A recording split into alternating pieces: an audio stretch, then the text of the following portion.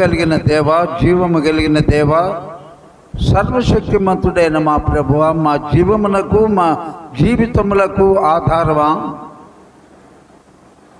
పరిశుద్ధమైన నీ నామమునకు నీ పాదములకు మా ప్రాణాత్మ దేహములను మీ సమర్పించుకుంటూ నీ సన్నిధిలో గడిపే భాగ్యము మా అందరికి మరొకసారి కేవలము నీ కృపను బట్టి నీవు మాకు అనుగ్రహించినందుకు వందనాలు. ఇప్పటి వరకు మీరు నడిపించిన నీ ప్రియ బిడ్డలందరిని బట్టి స్తోత్రాలు. ఆరాధన ప్రారంభించుకుంటున్నాం.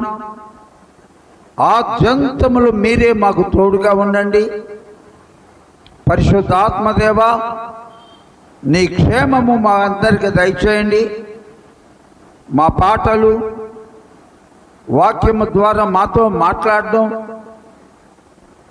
మా ప్రభువా, మా స్తుతి, మా ఆరాధన, పాటలు, వాద్యములు, వీటన్నింటిలో మా సొంత జ్ఞానము కాకుండా పరిశుద్ధాత్మదేవ మీరు నడిపించి తండ్రివైన యెహోవా నీ నామానికి మహిమ తెచ్చుకోమని ఈ మా మనవులన్నీ కూడా అతి త్వరలో రాబోతుండా మా ప్రభు అయిన యేసుక్రీస్తు నామములో ప్రార్థిస్తున్నాము పరమ తండ్రి, ఆమేన్.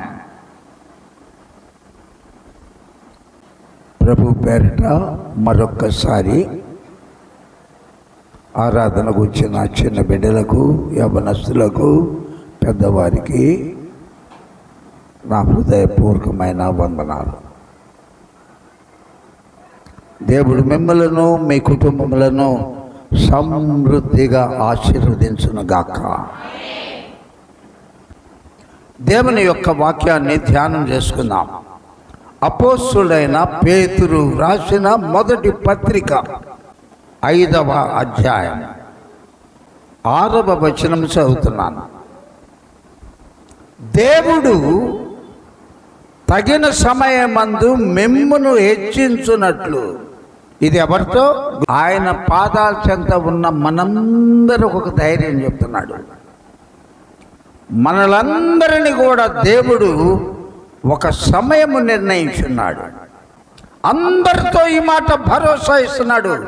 దేవుడు తగిన సమయమందు నిన్ను నిన్ను నిన్ను నిన్ను నిన్ను హెచ్చించున్నట్లు, అంటే ఆశీర్వదించున్నట్లు ఆయన బలిష్టమైన చేతి కింద దీన మనస్కులముగా ఉండాలంట. మనం చేయవలసింది అది.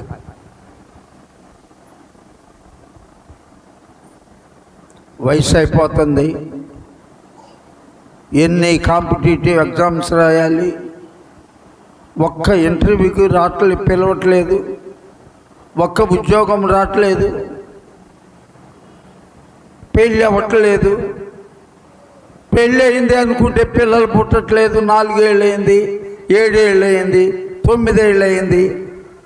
నో, అలాంటి సనుగుళ్ళు గొనుగుళ్ళు దేవుని బిడ్డలముగా మనం ఎన్నటికీ మన హృదయంలోకి రానికూడదు. అదే చెప్తున్నాడు దేవుడు తన వాక్యములో. ఆయన బలిష్టమైన హస్తము, ఎంత బలిష్ఠుడంటే ఆయన కలగజేసిన భూమి ఆకాశము, భూమి అగాధము, ఆకాశము పైన మేఘమండలము, అవన్నీ చూస్తే ఎంత బలవంతుడైన దేవుడో మనం ఆరాధించే దేవుడు మనకు అర్థమవుతుంది. ఆయన బలిష్టమైన హస్తముల క్రింద సనగకుండా గొణగకుండా నీ మనవులేంటో ఉదయకాలము, నీ మనవులేంటో రాత్రి సమయము, ఏకాంతంగా వీలైతే కుటుంబములతో కూర్చొని వీలైతే ప్రార్థన చేస్తూ ఆయనకి మన విన్నపాలు చెప్పుకోవటమే. ఎంతమందిలో సమస్య లేని వారము ఒక్కరము కూడా లేము, ఒక్కరము కూడా లేము. చంటి బిడ్డలతో సహా వారికి ఉండే సమస్యలు వాళ్ళకు ఉన్నాయి. ఎల్కేజీ నుండి స్కూల్కి వెళ్తున్న బిడ్డలకు వాళ్ళకు ఉండే సమస్యలు ఉన్నాయి. యవ్వన ప్రాయంలో ఉన్న బిడ్డలందరికీ కూడా సమస్యలు ఉన్నాయి. సమస్యలు లేనివాడు ఎవడు లేడు. బ్రతికినంత కాలము సమస్యలు ఉండని వాడు కూడా ఎవడు ఉండడు. అయితే ఎప్పటికప్పుడు చెట్టునకు మంచు ఉన్నట్లు ఇమ్మానుయేలుగా ఆయన నామము పెట్టబడి ఆయన రక్తములో కడగబడిన బిడ్డలమైన మనలను ఆయన ఎన్నటెన్నటికి విడువడు, ఎడబాయడు. దేవుని స్తోత్రం చెప్తాం. కాబట్టి బలిష్టమైన ఆయన చేతి కింద మంటివారమైన మనము దీన మనస్కులుగా ఉన్నాం. ఇంకో చక్కని మాట, ఆయనే మిమ్ములను గూర్చి చింతించుచున్నాడు. మనం అనుకుంటాం దేవుడు నన్ను మర్చిపోయాడు, మిగతా వాళ్ళు బాగానే ఉన్నారు, నాకున్న సమస్యలు ఏ శత్రువు కూడా వద్దయ్యా అనుకుంటూ ఉంటాం. దేవుడు నన్ను గమనించట్లేదు, అయినా ఆయన మాత్రమే చేస్తాడు. 850 కోట్ల మందిలో నేనెంత ఒక చిన్న పురుగు, ఒక పసర పురుగు. దాని మీదకి నా మీద కాలేస్తే పసరు బయటకు వచ్చి చచ్చిపోతాను. కొద్ది నిమిషాల్లో చీమలు ఎక్కడి నుండో వచ్చి పట్టేస్తాయి. దేవునికి నేను గుర్తున్నానా అనుకుంటున్నావేమో, దేవుని బిడ్డ అనుకుంటున్నావేమో సహోదరి. దేవుడే నా బిడ్డలు ఎంత ఆపదలో ఉన్నారా, దేవుడే అనుకుంటున్నాడు. ఇంత కఠినమైన జీవితం జీవిస్తున్నారా, వీరికి ఇంత శత్రు భయం ఉందా, వీరికి పోషణ లేదా, వీరికి తిరుగులేని అనారోగ్యం కలుగుతుందా? ఆయనే మిమ్మల్ని గూర్చి చింతించుచున్నాడు కనుక మీ చింత యావత్తు ఆయన మీద వేడి. అయితే జాగ్రత్త, దేవుని బిడ్డలమైన మనము పరిశుద్ధ ఆత్మ దేవుడు మనకు ఒక జ్ఞాన వాక్కు మనతో చెప్తున్నాడు. నిబ్బరమైన బుద్ధి కలిగి ఉండండి. చాలా జాగ్రత్తగా ఉండాలా, ఏమర్పాటొద్దు. నాకేం పర్లేదు, మమ్మీ డాడీ ఉన్నారు, నాకేం పర్లేదు, అమెరికాలో మా పెదనాన్న ఉన్నాడు, నాకేం పర్లేదు, న్యూజిలాండ్ నుండి మా అక్క డబ్బులు పంపిస్తూ ఉంటుంది. ఇవన్నీ కాదు. దేవుని కాపుదల లేకపోతే ఇవన్నీ కూడా వ్యర్థం. నిబ్బరమైన బుద్ధి గలవారై మెళుకువగా ఉండుడి. ఎందుకంటే ఈ లోకములో మనకు ఒకడు ఉన్నాడు, క్రూరుడు, నాశనకర్త, మీ విరోధి అయిన అపవాది గర్జించు సింహము వలె ఎవరిని మింగుతున్నా, ఎవరు దొరుకుతాడా? ఎవడ వాడికి పని లేదు. యేసు రక్తములో కడగబడిన వాడే వాడి టార్గెట్. చక్కని యవ్వన ప్రాయంలో అందంగా ఉంటారే ఆడపిల్లలు, మగపిల్లలు, వాళ్ళే వాటి టార్గెట్. యేసన్న గారు పాస్టర్స్ కాన్ఫరెన్స్లో ఒకసారి చెప్పాడు, నాకు బాగా గుర్తు. అందమైన ఆడపిల్లల కంట అందమైన మగదయ్యాలు పడతాయంట,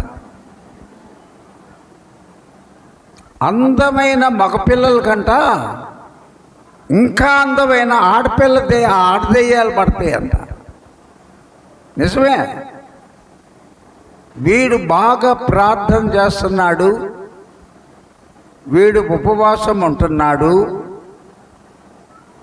అబ్బా వీడు చాలా చక్కగా బైబిల్ చదువుకుంటున్నాడు అంటే వాడి మీద సాతానుగాడు కళ్ళు ఉంటాయి అన్నమాట. వాడిని పడగొట్టడం ఎట్లా? వాడికి ప్రార్థన చేయకూడదు, వాడు ఇంక ఉపవాసం ఉండకూడదు, వాడు ఇంకా బైబిల్ చదవకూడదు. అందుకని నువ్వు ఏ బలహీనత ఉందో ఆ బలహీనత నీ కళ్ళ ముందు వచ్చేటట్టుగానే వాడు రకరకాలుగా ప్రయత్నాలు చేసి నీమును వాడి వశంలోకి పడగొట్టే వరకు కూడా పడగొట్టేస్తాడు. అప్పుడు వాడు ఆకాశ మండలి అందున్న వాడి సమూహం మొత్తం పండగ అన్నమాట. పడగొట్టేశామండి, ఈ అమ్మాయిని పడగొట్టేశాం, తెగ బయలుదేరిపోతుంది లేకపోతే చర్చికి. అందుకని ఆ అమ్మాయికి బాగా ఇష్టమైంది ఏంటి? వెండి బంగారమా, చీరల, అలంకరణ. వీడికి ఈమెకి ఒక మంచి అందమైన వాడిని తగిలిస్తే ఇక భక్తి లేదు, గుడి లేదు. అట్లా నాశనం అయిపోయిన వాళ్ళు ఎంతమందిని మనం ఎరుగుతాము. ఎవడిని మింగుదునా అని వాడు వెదుగుచున్నాడు. లోకమందున్న మీ సహోదరుల యందు సహోదరులు సహోదరులు అని చర్చికి వెళ్ళే వారినే అంటాం. సహోదరుడా, కొత్తగా వచ్చినట్టున్నారు చర్చికి, మీ పేరేం పేరు? మీకు వందనాలండి. అంతేగాని బయట సహోదరుడా సహోదరి అని పిలుచుకో. ఈ విధమైన శ్రమలే చర్చికి వెళ్ళే దేవుని రక్తములో కడగబడిన బిడ్డలకు.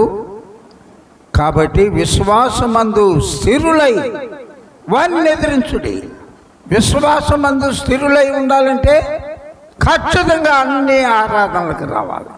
12వ అధ్యాయము ఆదికాండము చూడక్కర్లేదు. కల్దీయుల దేశంలో తండ్రి అయిన అబ్రహాము ఉన్నాడు. అప్పటికి 75 సంవత్సరాలు. అప్పుడు వయోపరిమితిని బట్టి ఎప్పుడు వివాహం జరుగుద్దో మనకు తెలియదు, కానీ 75 సంవత్సరాలు అంటే సుమారుగా ఒక 50 సంవత్సరాలు పెళ్ళై ఉంటుంది. అప్పుడు 50 సంవత్సరాల్లో కూడా వాళ్ళకి బిడ్డలు కలగల. అకస్మాత్తుగా దేవుడు తన స్వరం వినిపించాడు. అబ్రాము, ఇక్కడ ఉన్నంత కాలము నేను నిన్ను ఆశీర్వదించను. నువ్వులే, మీ కుటుంబంలో ఆశీర్వదించబడాలంటే మీరు ఉన్న పాత స్థితిలో నుంచి లేవాలా, పాపపు స్థితిలో నుంచి మీరు లేవాలా. నేను చూపించబోయే దేశానికి బావు, అక్కడ నేను నిన్ను ఆశీర్వదిస్తా. నిన్ను ఆశీర్వదించు వారిని నేను ఆశీర్వదిస్తా. నిన్ను ఎవడైనా దూషిస్తే వారిని శపిస్తా. నీ సంతానమును ఆకాశ మండలి నక్షత్రముల వలె చేస్తా.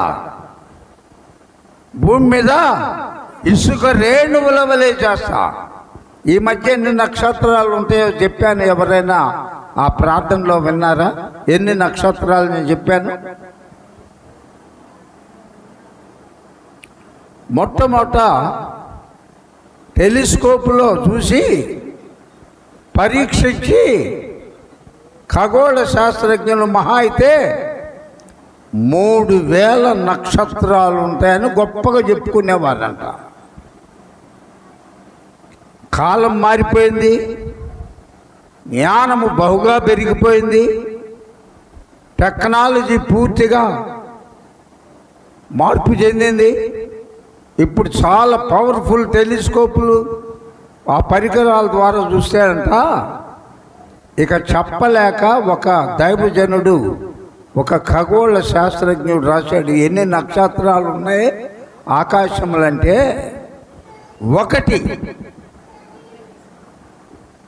ఒకటి తర్వాత 0 పెడితే అంతది, 2 సున్నాలు పెడితే, 3 సున్నాలు పెడితే, అలా కాకుండా ఒకటి పెట్టి 1 2 3 4 5 6 7 8 9 10 11 12 13 14 15 16 17 18 19 20 21 ఒక్కటి తర్వాత 21 సున్నాలు పెడితే కౌంట్ చేయండి, అన్ని నక్షత్రాలు ఉన్నాయంట.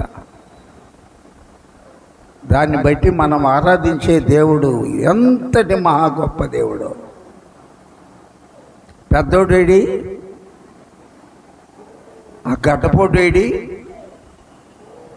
ఈ మధ్య మీసాలు తీశాడు వాడేడి అంటే ఎంత పేర్లు గుర్తు రాక 10 మంది 12 మంది పిల్లలు మనకు పుడితే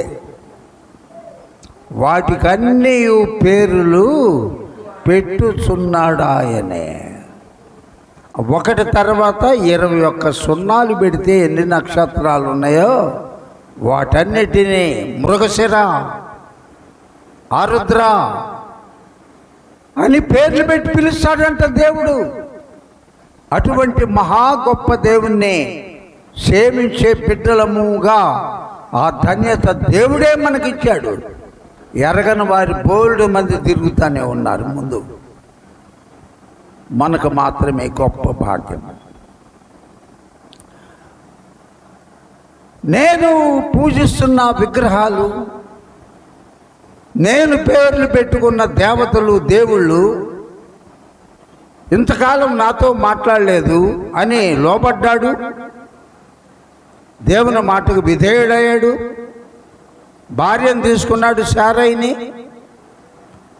ఆ దేశంలో సంపాదించుకున్న మందలు అన్నీ తీసుకున్నాడు. ఎటు పోవాలో ఎరగకయే బయలుదేరి వెళ్ళిపోయాను అని మనం చదువుతాం. నువ్వు బయలుదేరి వెళ్ళు, నీ సంతానాన్ని ఎంత చేస్తానంటే నమ్మారు. శారా నమ్మల. ఆదికాండము 16వ అధ్యాయం వచ్చేటప్పటికి ఏదో అన్నాడు కానీ, నువ్వు చెప్పావు కానీ నాతో, అక్కడ వదిలిపెట్టి ఇంతకాలం అయింది బయలుదేరి వచ్చి నే మాటిని ఇక్కడ కరువు వచ్చిందనేమో ఐగుప్తుకు పోయాం, అక్కడ ఇంక నయ్యం, నిన్ను అన్నాను అని చెప్పాను. ఏదో బతకనిచ్చాడు దేవుడు, మాట్లాడాడు. దాసులను, దాసీలను, పశువులను వచ్చాడు కదా. నా దాసి అయిన ఆగరుతో పో, ఆమెకిచ్చిన బిడ్డ మన బిడ్డ అని. చూశారా, నిబ్బరమైన బుద్ధి గలవారై. అబ్రహాము శారాయికి ఇచ్చిన బిడ్డ అబ్రహాం సంతానమా?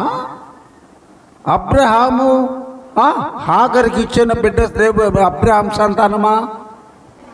శారాయికో పుట్టిన బిడ్డే.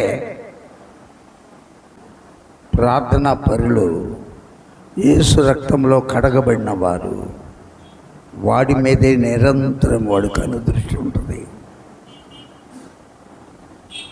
ఎంతోమందిని నా 35 సంవత్సరాల సేవా జీవితంలో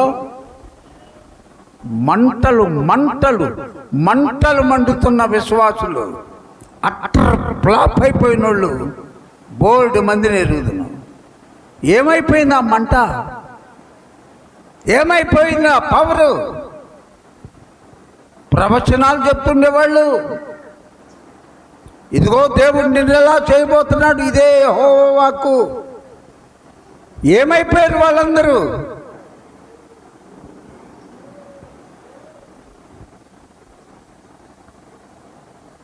రెండో విషయం, శాంసన్ ద గ్రేట్. మనోహ భార్యాభర్తలకు చాలా కాలం పిల్లలు లేరు.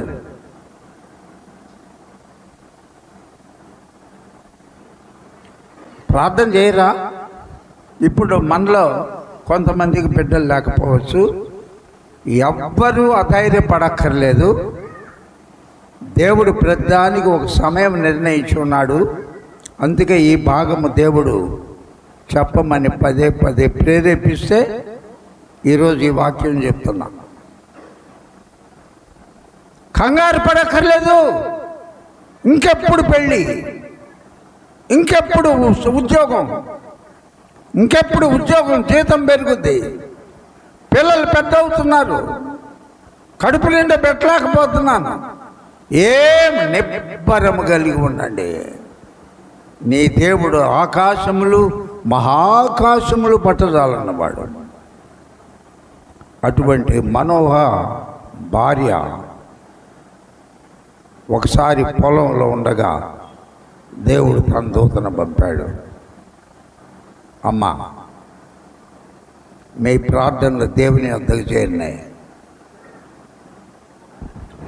మీకు దేవుడు ఒక్క కుమారుణ్ణి ఇవ్వబోతున్నాడు. అతడు దేవునికి నాజీరు చేయబడినవాడు, ప్రతిష్ఠితుడు. అతని తల మీద కానీ గడ్డం మీద కానీ మంగళ కత్తి బ్రతికినంత కాలం పెట్టకూడదు. గర్భంలో పడ్డ తర్వాత పుల్లనిదైనను ద్రాక్షారసమైనను మత్తు పానీయమైనను నువ్వు కూడా తీసుకోకూడదు. తల్లితోటి అతనికి పెట్టకూడదు.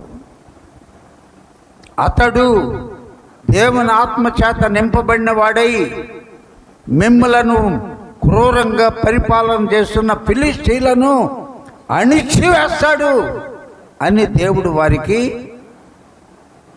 ఎవరినిచ్చాడు? సంసోన్నిచ్చాడు. తల్లిదండ్రి జాగ్రత్తగానే పెంచుకున్నారు. ఒకవేళ నేను అనుకుంటాను, మమ్మీ కొంచెం ద్రాక్షారసం ఎర్రగా 100 గ్లాసులో పోస్తే తాగనా? వద్దు నాయన, దేవుడు నువ్వు తాగకూడదని చెప్పాడు. ద్రాక్ష చెట్ల జోలే నీకొద్దు. నువ్వు నన్ను నా గర్భంలో ఉండగా నేను కూడా తీసుకోవద్దని చెప్పాడు. నేను కూడా నిన్ను తీసుకోలేదు రయ్యి, నేను అలాగా పెంచుకుంటున్నాను, నువ్వు కూడా ముట్టకూడదని చెప్పే ఉంటుంది తల్లి. అటువంటి వాడు ద్రాక్ష తోటల మధ్యలో గుండా ఫిలిష్తీయుల దేశానికి వెళ్తున్నాడంట. తల్లిదండ్రులు అనుకున్నారు, ఫిలిష్తీయుల మీదకి నా కుమారుని రేపపోతున్నాడు, హతము చేస్తాడు. రైట్. అటువంటి వాడిని సాతాను ఎంత టెక్నిక్తో పడేశాడు చూసారా? ఫిలిష్తీయ ఆడపిల్లలు 3 చట్ట సంబంధం పెట్టుకున్నాడు. ఒక్క గాడిద పచ్చి దవడ దొరికితే ఎంతమందిని చెప్పాడు? 1000 మందిని ఒక అరెకరం పొలంలో కుప్పలుగా పడేశాడంట కొట్టి. ఆ తర్వాత ద్రాక్ష తోటల మధ్యలో ఉన్న ఫిలిష్తీ దేశానికి వెళ్తుంటే, గాజా వైపుకి వెళ్తుంటే బొబ్బరించుకుంటూ ఒక సింహం వచ్చిందంట. భయపడొద్దా సింహం అంటే? భయపడొద్దా సింహం అంటే? బోన్లో ఉన్న సింహాన్ని చూడడానికే దగ్గరికి పోం మనం. అది లోపల నుంచి ఇట్లా అంటే ఇంకేమైనా ఉందా? హార్ట్ పెయిన్ ఉన్నవాడు అక్కడ పడిపోతాడు. అటువంటిది వెళ్ళి 2 దవలు పట్టుకొని చీల్చి యెహోవా ఆత్మ అతను రేపగా. భలే ఉంటాయి బైబిల్ చదవండి మాటలు. దేవుని ఆత్మ రేపగా అంట. దేవుని యొక్క శక్తి రేపినప్పుడు అది పట్టుకొని గాండ్రించుకుంటూ మీదకు వస్తే చీల్చి 2 ఒకడు మేక పిల్లను, మేక మాంసం, వేట మాంసం మనం తెచ్చుకుంటూ ఉంటాం కదా, ఆ బోను తీసి మనకు మాంసం ఇచ్చేటప్పుడు కత్తితో ఆ జాయింట్ దగ్గర చిన్న ఒక దెబ్బ కొట్టి అప్పుడు లాగుతాడు. ఇక ఆ దెబ్బ కొట్టడం కూడా లేదు, పట్టుకోవటం 2 ముక్కలుగా చీల్చి అవతలు పడేస్తే బావసం అక్కడ పడేసి వెళ్ళిపోయాడు. ఈడెక్కడ దొరుకుతాడు అని చూస్తా ఉన్నాడు సాతానుడు. ఎక్కడ దొరికాడు? దెలీలా. ఇంకొక మరిద్దరు ఇక్కడికి వచ్చి పట్టుబడతాడే. నేను ఒక ఆమెను చూశాను, ఇశ్రాయేలీలండి, ఆకాశం క్రింద అంతటి సౌందర్యవంతమైన జాతి మరొకటి లేదు. ఆ ఉన్నవాళ్ళు ఒక్కరు కూడా బాగలేదంట. ఫిలిస్తీన్ స్త్రీలు ముగ్గురు నచ్చారు ఈయనకి. ప్రారంభంలోనే చెప్పా, వీడు ఎక్కడ పడతాడు, ఈ అమ్మాయి ప్రార్థన జీవితం నుంచి అక్కడ పడిపోద్ది. అక్కడ పట్టం చివరికి ఢిల్లీలా బాగా సర్దారులతో కుదుర్చుకుంది బేరం. ఇన్ని వెండి నాణ్యాలు ఇవన్నీ ఇస్తావు నీకు, అతను గుట్టు ఏంటో చెప్పు, ఎక్కడ ఉంది అతని బలం? పడుకోబెట్టింది, మంగళూరిని పిలిపించింది, డబ్బు మూట రెడీ చేసుకొని తీసుకుంది సర్దారుల దగ్గర. తన తోడ మీదనే, మధ్యలో ఇంకొకరైతే తోడ మధ్యలో ఆపుతారేమోనని ఏమే ఊపుకుంటా నున్నగా గీపించింది. ఆ మరుక్షణమే యెహోవా ఆత్మ విడిచిపోయాను. మళ్ళీ ఎరగనట్టు మహానటి ఏమంటుంది, ఇదిగో సంసోను ఫిలిష్తీయులు సర్దారులు నీ మీద పడుతున్నారు అనగానే లేచి విరజిమ్ముదని అనుకొనెను. యెహోవా తనను ఎడబాసనని తనకు తెలియలేదు. ఎంతమంది అమ్మ, శారమ్మ తల్లిని అలా ముంచేశాడా, మింగేశాడా? అక్కడ ఇస్మాయిల్ పుట్టాడా? తర్వాత వాగ్దానం ప్రకారం ఇస్సాకు పుట్టాడా? ఇస్మాయిలీలకి అంతము వరకు నూతన ఆకాశము నూతన భూమి నేను కలగజేసేదను అని చేసేదాకా బద్ధ శత్రుత్వము వీళ్ళిద్దరికే. ఇప్పుడు రకరకాల దేశాలు రకరకాల పేర్లలో ఉన్నారు, కానీ ఒకరు ఇస్మాయిలీలు, ఒకరు ఇశ్రాయేలీలు.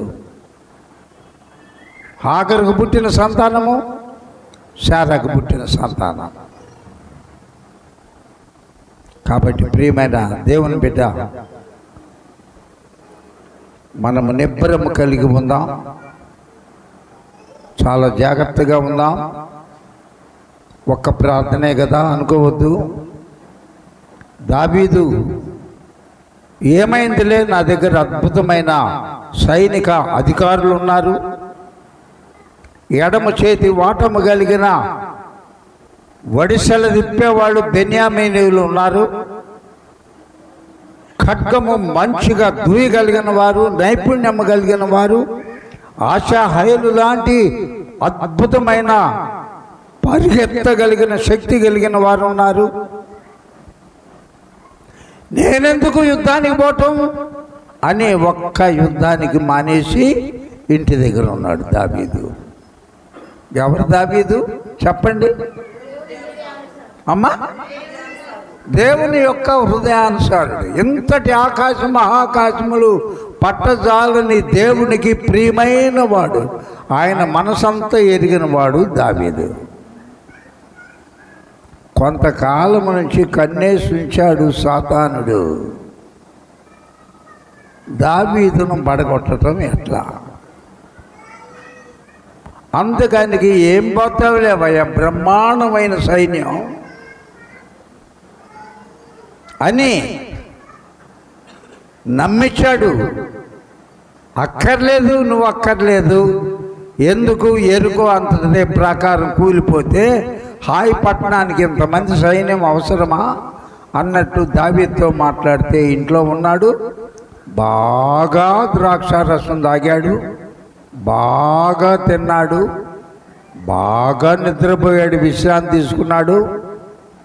సాయంత్రం చల్లని పూట తన మేడ మీద పచార్లుగా అలా తిరుగుతుంటే ఎవరిని మింగుదునా.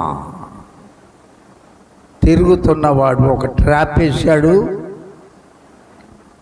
ఊరియా భార్య అయిన బెత్షెబా స్నానం చేస్తుంది. ఆ దృశ్యాన్ని చూశాడు. అయ్యో, నా హృదయాన్ని, నా దేవుని యొక్క బిడ్డను నేను రోజుకు 3 మారు నేను ప్రార్థన చేస్తున్నాను, 7 మేరలు నా దేవుని స్తుతిస్తున్నాను, దివారాత్రములు దేవుని గురించి ధ్యానం చేసేవాడిని అనుకున్నాడా? మళ్ళా చూశాడు, పడిపోయాడు. సాతానుడు మింగేశాడు. ఎవరక్కడ? ఆ ఇల్లు ఎవరితో కనుక్కోండి, ఆమెవరో నా దగ్గర తీసుకురండి. క్లోజ్. అప్పుడు దేవుడు నాతాను ప్రవక్తను పంపించాడు. నాతో వచ్చాడు, ఒక స్టోరీ చెప్పాడు, జరిగినట్లే ఒక ఉదంతం చెప్పాడు. మీతో నేను ఒక మాట చెప్తున్నాను, దయచేసి వినండి. ఒక ధనవంతునికి 100 గొర్రెలు ఉన్నాయి. ఆ పొరుగింటి వాడికే ఒకే ఒక్క గొర్రె పిల్ల. దాడికి పెళ్ళి లేదు, పిల్లలు లేరు. అందుకనే కుమార్తెగా దాన్ని లాలించి జాగ్రత్తగా పక్కలో కూడా పడుకోబెట్టుకుంటూ ఉంటాడు. ఈ ఐశ్వర్యవంతుని ఇంటికి ఒకరోజు దూరం నుండి తన చుట్టం వచ్చాడు. వాటి దగ్గర ఎన్ని ఉన్నాయి? 100 గొర్రెలు. ఒక గొర్రెను తీసి పలావు బిర్యానీ చేసి పెట్టచ్చు కదా. ఈడు పేదవాడు, ఈడికి దిక్కేవుడు లేడు అని పోయి దౌర్జన్యం చేసి పేదవాడి యొక్క గొర్రె పిల్లలు లాక్కొచ్చి దాన్ని వండి అతనికి ఆహారం పెట్టి పంపించాడు. అంటూ ఉండగానే ఉగ్రుడై లేచాడంట దావీదు. ఏం చేద్దాం? వాడు మరణమునకు పాత్రుడు అని దావీదు చించుకున్నాడు అక్కడ. అప్పుడు నాతాను ప్రవక్త అన్నాడు, ఆ వ్యక్తి నీవే, ఆ వ్యక్తి నీవే. ఇశ్రాయేల్ దేశంలో అవివాహితులు ఎవరు లేరా? నాకు ప్రభువా, నాకు పలానా అమ్మాయి కావాలంటే నేను నీకు ఇవ్వనా? ఎవడో భార్యను నువ్వెందుకు తెచ్చుకున్నావు?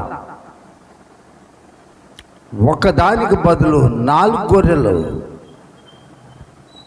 4 కొడుకులు రకరకాలుగా నాశనం అయిపోయారు దావీదింట్లో. వాటిలో ఒకడు అబ్షాలోము. జాగ్రత్త. క్రైస్తవులంటే ముసుగేసుకోవటం, బైబిల్ తీసుకోవటం, సకాలం మనకు రావడం, పాటలు పాడటం, స్తుతి ఆరాధన చేయడం, విలువైన కానుకలు ఇవ్వడం కాదండి. చాలా మెళుకువ కలిగి బ్రతకాల. అడుగడుగున నేను యేసయ్య రక్తంలో కడగబడ్డాను. జీవించు వాడను నేను కాదు, నాలో క్రీస్తు యేసుడే నాలో జీవించును.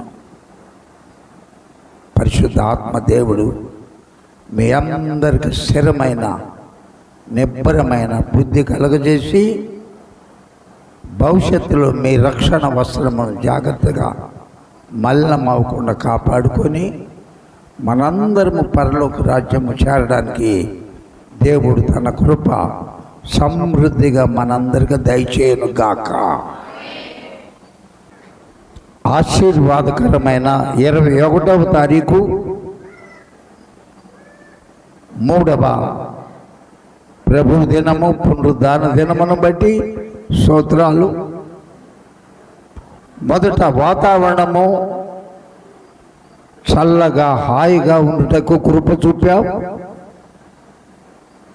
మా ఇష్టం కాదు, నీ చిత్త ప్రకారమే నేటి దినమున ఈ మందిరంలో ఎవరెవరు ఉండాలో, ఎందరు ఉండాలో నువ్వు ఎరుగుదువు. వారందరిని పంపించావు. అద్భుతముగా మీరు మాతో మాట్లాడారు. మా భవిష్యత్తులో మా రక్షణను కాపాడుకుంటకు, మా ప్రార్థనా జీవితము భద్రపరుచుకుంటకు, మమ్మలను పాడు చేసి నాశనము చేసి భ్రష్టులముగా చేయాలని ఎవరిని మింగుదనాన్ని గర్జించు సింహము వలె తిరుగులాడే సాతానుడు, వాడి దురాత్మల సమూహము రకరకాల వలలు వేస్తూ గాలములు వేస్తూ మా నాశనము కోరుకొని తిరుగుతున్నారు. అందుకని సంఘమంతటికి మెలకువగా ఉండండి. మీ విరోధి అయిన అపవాది నిబ్బరము కలిగి ఉండండి. ఎవరిని మింగుదనాన్ని తిరుగులాడుచున్నాడు అని మాతో మాట్లాడావు. ఇక్కడున్న ప్రతి ఒక్క బిడ్డ, చంటి బిడ్డ, పాలు తాగే బిడ్డలు, ఇప్పుడే నడుస్తున్న బిడ్డలు, యవ్వనస్తులు, చదువుకుంటున్న వారు, పెద్దవారు అందరి మీద మీ కన్ను దృష్టి ఉంచి అందరినీ నీ నిత్యరాజ్యమును సిద్ధపరచమని సమస్త మహిమ ఘనత ప్రభావములు మీకే ఆరోపిస్తూ యేసుక్రీస్తు పరిశుద్ధ నామములో ప్రార్థించి వేడుకుంటున్నాము తండ్రి. మన తండ్రి అయిన దేవుని యొక్క ప్రేమయు, కుమారుడైన యేసుక్రీస్తు యొక్క కృపయు, పరిశుద్ధ ఆత్మని యొక్క అన్యోన్య సహవాసము, సన్నిధి ఇది మొదలుకొని రాకడ పర్యంతరము భూమి మీద ఉన్న సకల పరిశుద్ధులకు కూడా తోడై ఉండును గాక. ఆమేన్.